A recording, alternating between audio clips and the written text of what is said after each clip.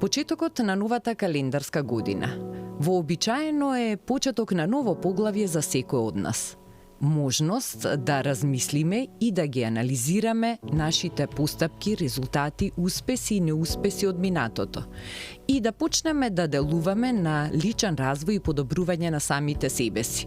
За новата година да ја дочекаме организирано, подготвено за новите предизвици и да ни донесе многу повеќе резултати отколку во претходните години. Колку самите можеме да делуваме на креирање на позитивни мисли и со самото тоа менување на реалноста која не обкружува.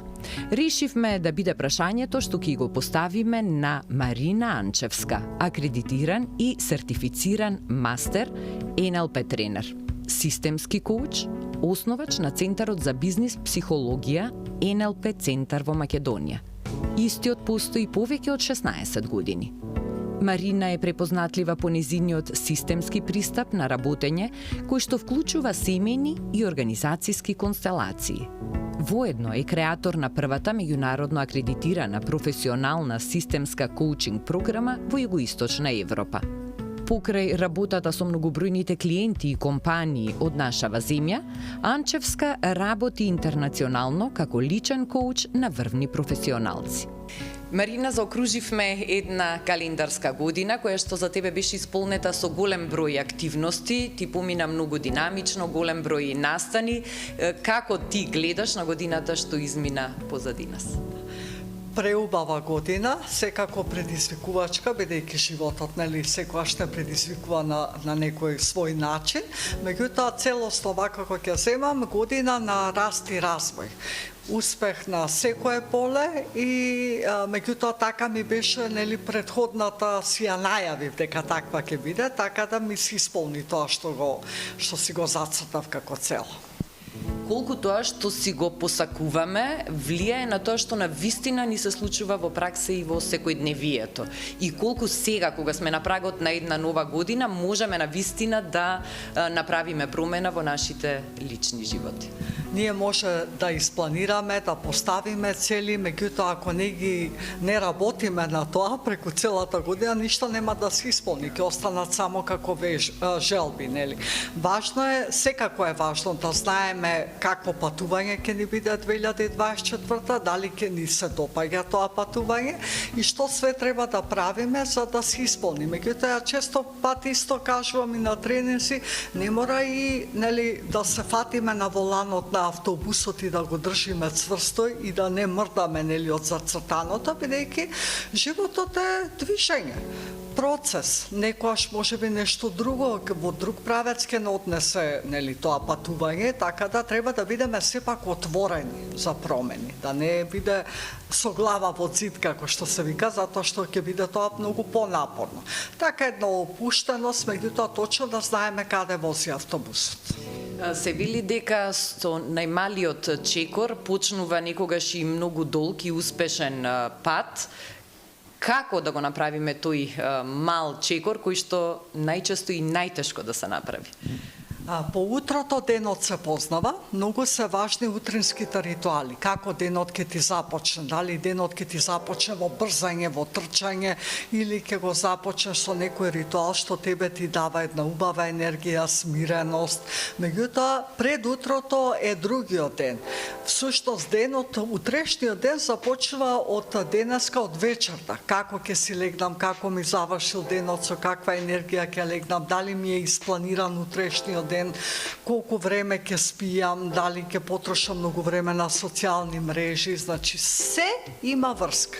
Се е до стратегиите, како ние се водиме самите себе си, колку сме ние спремни да се видиме себе си и да видиме својата реалност, да се освестиме и да направиме промена. А навистина е тоа дека од утрото денот се познава. Ако е така, какви се твоите утрински ритуали, со кои мисли ти практикуваш да ти започне денот и колку истите го детерминираат она што се случува понатаму во тек на самиот ден и што е најважно од се, начинот на кој што ние ги перципираме тие нешта и начинот на кој што реагираме на истите? Нели, утринските ритуали за секого може да бидат различни. Мене што ми помага е секако музика, сака музика.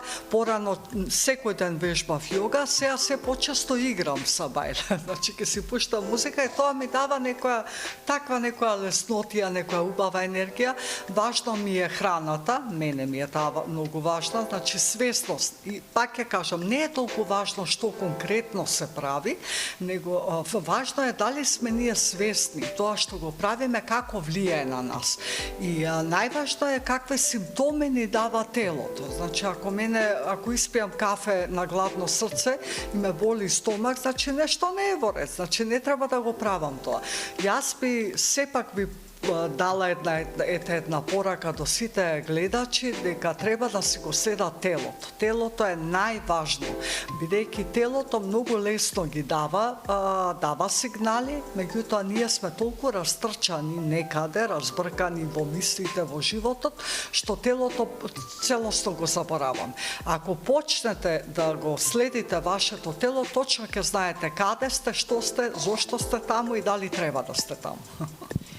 Ова е во оној дел на кој што можеме и самите свесно да влијаеме и да ги креираме тие утрински навики кои што ќе ни помогнат полесно и поорганизирано да ни тече денот. Колку е важно семејството во нашиот живот, семејните констелации се често фокус на твоите тренинзи, на твоите предавања. Па која е корелацијата и колку сето тоа влијае на нашиот живот?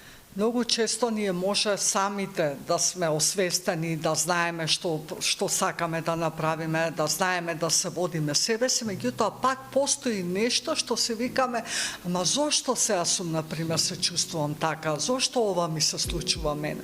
Затоа што ја најобичен пример ќе го објаснам со оваа гасеничка.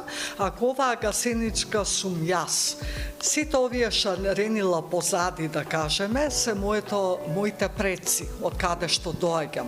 Сите имале различен живот, трауми се случувале, значи секакви случки, предизвици во животот и убави работи, меѓутоа поради сите нив јас постојам.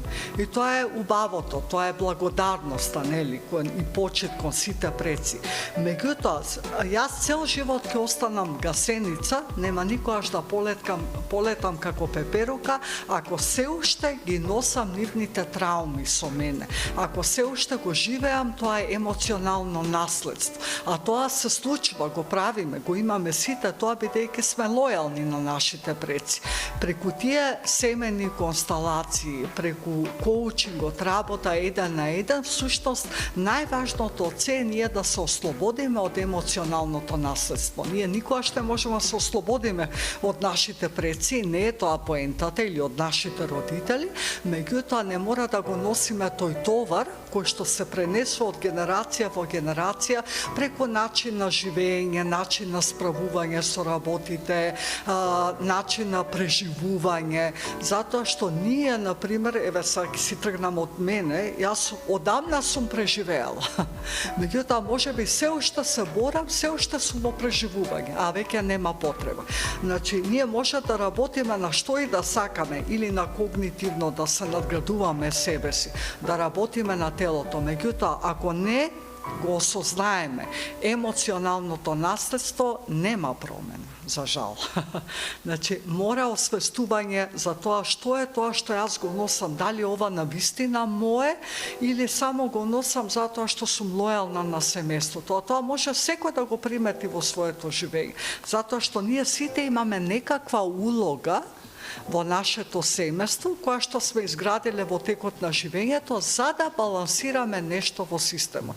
И сега таа улога може би веќе не ни користи, а ние се уште ја живееме. Така да некој може да биде жртва, некој критичар, некој премногу разумен, некој може би ја заштитува семејството, значи се е тоа супер, меѓутоа не во секој контекст.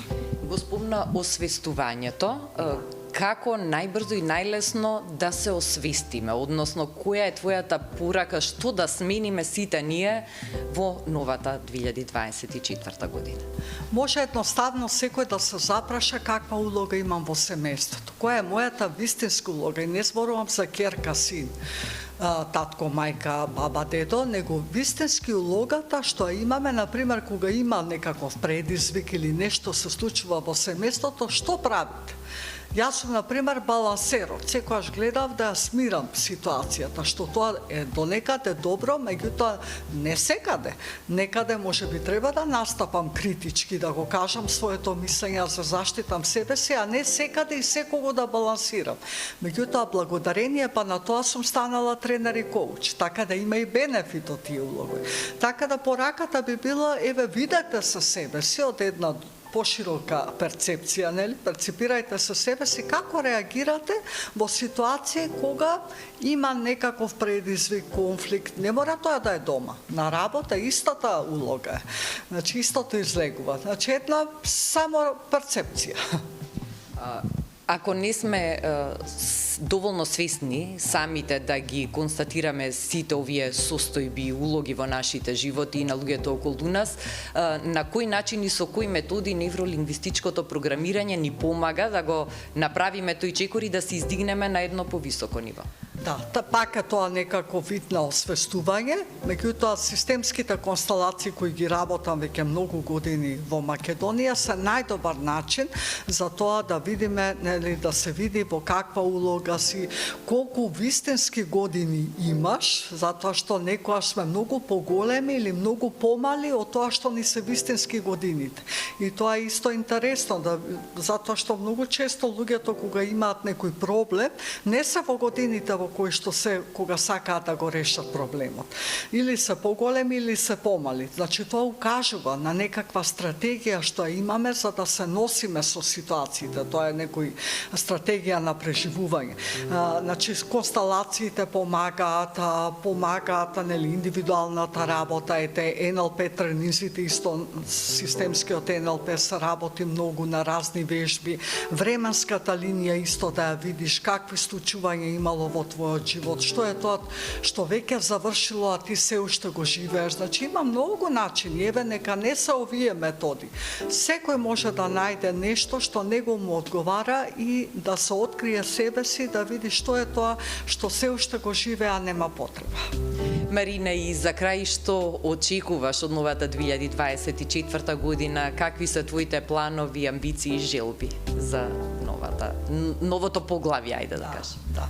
Па прво јас сакам многу повеќе да вака уште повеќе да кажеме, да зборувам со луѓето, да зборувам на оваа тема, бидејќи ние живееме во духовно загадено општество, духовно загадена околина, што многу малку се посветува внимание на тоа. Духовно не мислам поврзано со религија, туку духовно, спиритуално, за она освестување системот од каде доаѓаме, што е тоа што го пренесуваме преку полето на душата, што е тоа што се уште го живееме, нели? Така да во новата година се спремаат нови програми, јас сега имам акредитирана програма за коучинг, да станете коуч, значи програма која што е светски призната, единствена на Балканот, за да може да работите со системи, не само фамилиарни системи, организацијски, тимски системи, и ова е веќе систем, нели? Бидејќи ние постоиме поради релациите.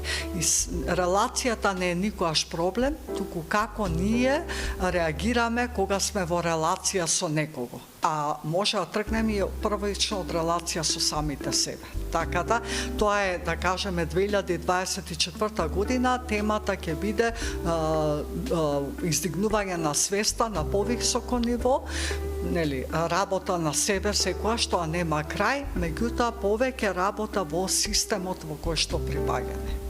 Марина, ти благодарам за разговорот и ти посакувам среќна, успешна и исклучително динамична, полна и убава 2024 година. Благодарам, Ирена, и за тебе исто, и за целата телевизија, и за сите нас. Оваа година нека биде една убава, духовно прочистена година.